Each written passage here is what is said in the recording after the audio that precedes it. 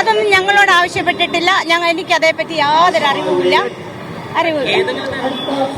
ഞങ്ങൾ കഴിഞ്ഞ ഫെബ്രുവരി മാസം 10-ാം തീയതി സമരം തുടങ്ങുന്നത്, രാപ്പകൽ സമരം, അതിജീവന സമരം തുടങ്ങുന്നത് ഞങ്ങൾക്ക് 3 മാസത്തെ ഓണററിയും ഇൻസെന്റീവും ഞങ്ങൾക്ക് കുടിശ്ശികയായി കിടക്കുകയും കേവലം 233 രൂപ മാത്രം കിട്ടുകയും ചെയ്യുന്ന സാഹചര്യത്തിലാണ് ഞങ്ങൾ ഈ ഫെബ്രുവരി മാസം 10-ാം തീയതി സമരം ആരംഭിക്കുന്നത്. ആ സമരം ആരംഭിക്കുമ്പോൾ മുതൽ നിരവധി രാഷ്ട്രീയ കക്ഷി നേതാക്കൾ, സാംസ്കാരിക സംഘടനാ നേതാക്കൾ, അങ്ങേയറ്റം ഓട്ടോറിക്ഷ തൊഴിലാളികൾ, അങ്ങേയറ്റം കൂലിപ്പണിക്കാരായ തയ്യൽ തൊഴിലാളികൾ ഉൾപ്പെടെ ഇവിടെ ഞങ്ങളുടെ സമരത്തിന് പിന്തുണയുമായി വന്നിട്ടുണ്ട്. ഞങ്ങൾ അത് സ്വീകരിക്കുകയും ചെയ്തു. ഇന്ന് സർക്കാർ 1000 രൂപ ഞങ്ങൾക്ക് അനുവദിച്ചുകൊണ്ട് ഉത്തരവാകുകയും ഞങ്ങൾ ഇവിടെ സെക്രട്ടേറിയറ്റ് പടിക്കലുള്ള രാപ്പകൽ സമരത്തിൽ കെട്ടിയിരിക്കുന്ന സമരപ്പന്തൽ അഴിക്കുകയും ചെയ്ത സാഹചര്യത്തിൽ അന്ന് ഞങ്ങളെ പിന്തുണച്ച മുഴുവൻ പേരെയും ഞങ്ങൾ ഇന്ന് ആ സന്തോഷം അറിയിക്കാൻ വേണ്ടി വിളിച്ചിട്ടുണ്ട്. അതേപോലെ തന്നെ ഞങ്ങൾ അന്ന് വിളിക്കുമ്പോൾ യാതൊരു തരത്തിലുള്ള പ്രശ്നങ്ങളുള്ള ആളാണോ, എന്തെങ്കിലും കാര്യങ്ങളുണ്ടോ എന്നൊന്നും ചിന്തിക്കേണ്ട ആവശ്യം അന്ന് ഞങ്ങൾക്കില്ല. ഞങ്ങളുടെ മുൻപിൽ ഒരൊറ്റ വിഷയം മാത്രമേ ഉള്ളൂ. 3 മാസത്തിലേറെയായി മുടങ്ങിക്കിടക്കുന്ന ഓണറേറിയം. ഏകദേശം 18 വർഷത്തോളമായി 24 മണിക്കൂറിൽ 18 മണിക്കൂറും ജോലി ചെയ്യേണ്ടുന്ന ഒരവസ്ഥ. ഇതിൽ നിന്നെല്ലാം ഞങ്ങൾക്കിപ്പോൾ മാറിക്കിട്ടിയിരിക്കുകയാണ്. ഇത് ഞങ്ങളുടെ സന്തോഷ ദിവസമാണ്. അന്ന് വന്ന പിന്തുണർച്ച മുഴുവൻ പേരും, ഏകദേശം ഇന്നലെ 1000-ലധികം പേരെ ഇന്നലെയും മിനിങ്ങാന്നുമായിട്ട് ഈ നവംബർ 1-ന് ഞാൻ ക്ഷണിച്ചിട്ടുണ്ട്, ഞാൻ വിളിച്ചിട്ടുണ്ട്. ഏതൊരാളെയും ഞാൻ തന്നെയാണ് വിളിച്ചത്.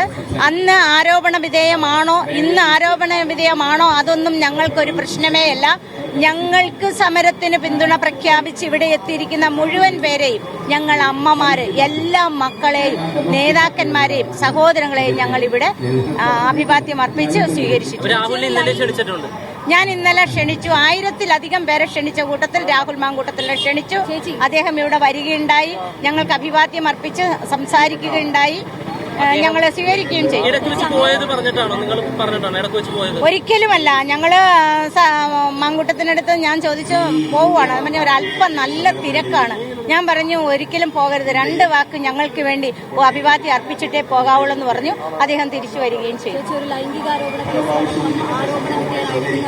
അങ്ങനെ ഒരാൾ ഇത്തരം ഒരു വേദിയിൽ വരുന്നത് ശരിയാണെന്ന് തോന്നുന്നു. ശരിയാണോ തെറ്റാണോ എന്നുള്ളതൊന്നും പറയേണ്ട ബാധ്യത എനിക്കില്ല. ഞാൻ ഇവിടെ വന്നത് ഒരു സമരം നടത്തുന്ന ഈ കേരള ആശാ ഹെൽത്ത് വർക്കേഴ്സ് അസോസിയേഷന്റെ വൈസ് പ്രസിഡന്റായ ഞാന് എല്ലാവരെയും പിന്തുണച്ച മുഴുവൻ പേരെയും ഞങ്ങൾ ഈ സമരത്തിന്റെ ഈ വിജയ കാഹളത്തിൽ ഞങ്ങൾ വിളിച്ചിട്ടുണ്ട്. ആ വക കാര്യങ്ങളിലേക്ക് ഒന്നും ഒരു വാക്ക് പോലും പറയാൻ ഞാൻ തയ്യാറല്ല.